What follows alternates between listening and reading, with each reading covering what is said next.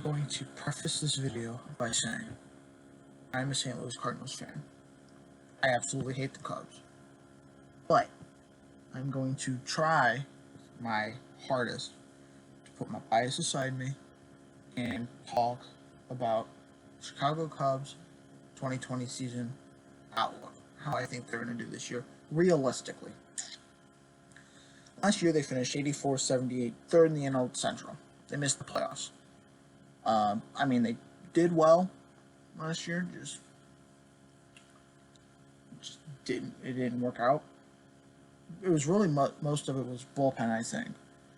Craig Kimbrel especially on the back nine of those games. Just you could not rely on Kimbrel to get the save. Goal for the Cubs this year, I think, has to be make it back to the playoffs. They haven't made the playoffs since, was it 2017, I think? Maybe 18. I think 17 and 18. They haven't made it farther in the playoffs than I believe the NLDS since 2016, the year they won the World Series against Cleveland. And I think they need to make it back to the playoffs this year. Absolutely. I think key additions they got, I think Jeremy Jefferson, the bullpen, will be good for them. They got to keep building up that bullpen because, like I said, with Kimbrel in the back nine of the game, the 7th, 8th, 9th inning, you did not have a guy you could rely on wholeheartedly that's last year. And maybe Jeffers can help you out. He was a really good reliever in Milwaukee with Nabel, Hader. So maybe he can take what he got in Milwaukee and bring it to Chicago. You got Steven Souza also in addition in free agency. Okay signing, I guess. They needed somebody for one as a depth player, and that's what Souza is. He's got power, not as much as Castellanos has, but it's a power bat. I wouldn't rely on him too heavily though, because I don't know how much Souza can give you throughout a whole season. And Jarrell Cotton, the old Athletics starter last year, I think he went 9 and 10, and he's got nasty stuff, nasty movement on his off-speed pitches. So he's good in that department especially. Key losses for the Cubs, there's a lot. They lost Cole Hamels. That's a big guy in that rotation behind John Lester and Yu Darvish. And that's going to be an ongoing theme for the Cubs from last year to this year is they lost a lot of pieces. They lost Nicholas Castellanos to the Cincinnati Reds. They lost him in division.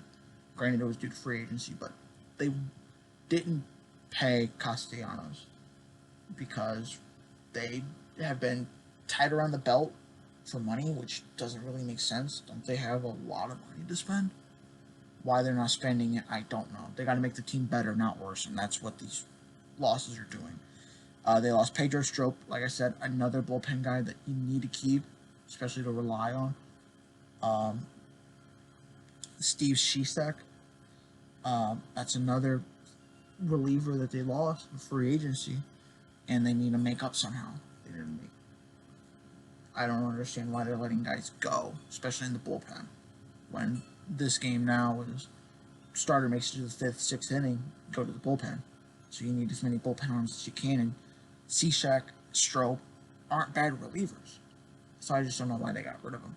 They lost Ben Zobrist to free agency. They could re-sign him, but as of right now, they lost Ben Zobrist. As he's not on the team. Which absolutely, I think, hurts that team a lot because he's kind of the heart and soul of that team. If you go back to the World Series in 2016, he hit that double in extra innings, which, if you have an image from that World Series, it's that image right there with him standing on base, with him standing on second, ecstatic. He's the heart and soul of this Chicago Cubs team, I think.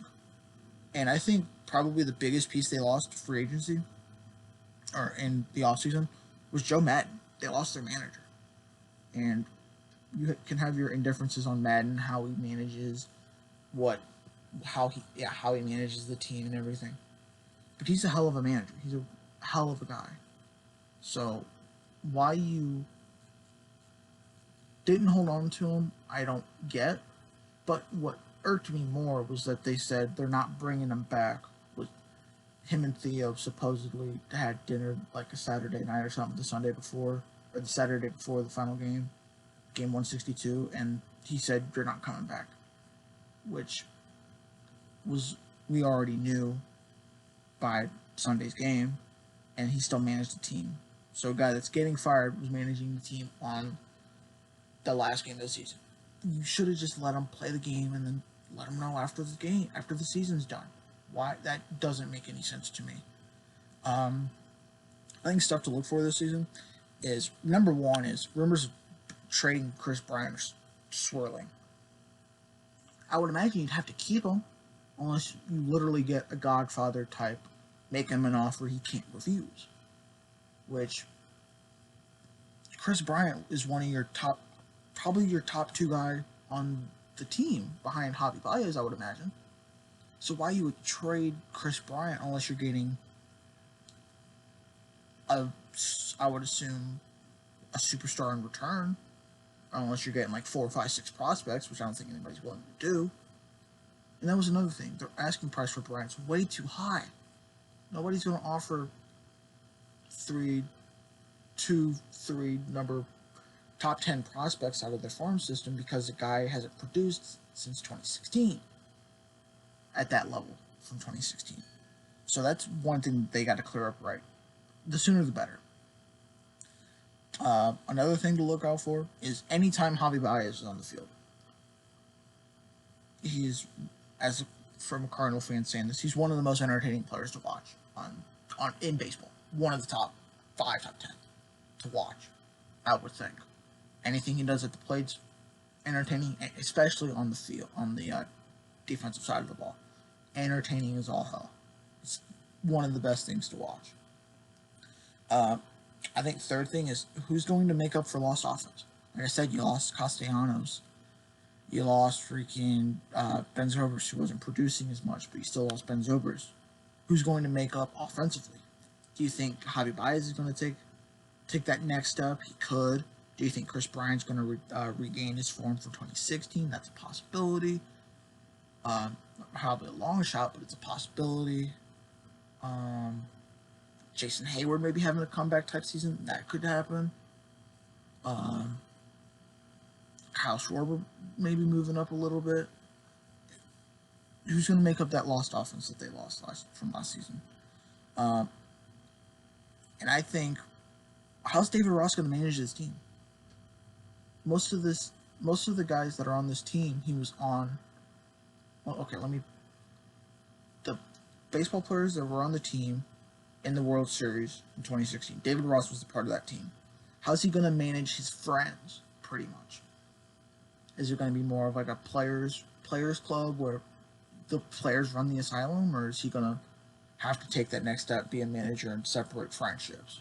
Because that's what we're going to have to figure out. How's he going to manage this ball club? Because this ball club needs to win, and they need to win now. They need to get back to the playoffs, and we're going to see how well he can do that. I think is the bullpen going to hold up this year? Craig Kimbrell absolutely was horrible last year. Not great. And they need to do something with that bullpen. So like I said earlier, I'm surprised they got rid of bullpen arms when their bullpen was horrible last year. And they need arms. So when you get rid of veterans like Cishek and Strop, who are decent, I don't get. And I think the last thing to talk about is who's going to play second for this team. Because, like I said, as of right now, Ben Zobrist isn't on the team. He's a free agent. Second baseman, you could put Nico Hoerner, who I think is probably going to get the starting job. David Bote could play second, or Daniel Descalso, who can play second. I would imagine Nico Hoerner would get the starting job. That'd just be my guess. But I would assume they would figure that out as spring training moves along. They'll figure out that spot. But like I said, players to watch for this year. I think anything with Javi Baez is must-see TV. It's just kind of a fact. I think Craig Kimbrel you need to watch out for, because I think this could be a make-or-break year for Kimbrel. If you don't, he needs to improve and not regress, which is what he did last year. If he keeps regressing, he wasn't good last year. If he keeps going down, he's not going to be good at all. And I mean, the Cubs are paying for his name, I think, at this point, more than anything. They're paying for who he is and not the production that he's done, or going to do. Like I said, I think another thing to look out for is who's going to be the number 5 pitcher. I think it's going to be Jarrell Cotton. It could be Tyler Chatwood. But like I said, with the second base opening, I would imagine spring training rolls around. They'll figure out who that's going to be. And I think the last guy to look out for is Jason Heyward. He hasn't really been the Jason Heyward of Atlanta, or the Jason Heyward from his 1 year, I believe, in St. Louis.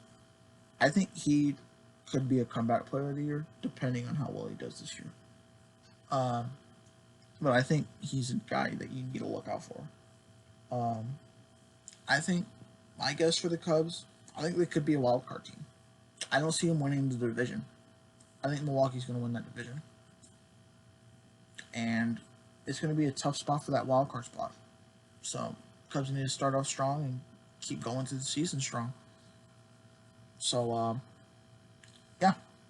That's the end of the video. If you guys liked it, press the like button, subscribe down below. That would be greatly appreciated. Share this video with all your friends and buddies. And I will see you guys in the next video.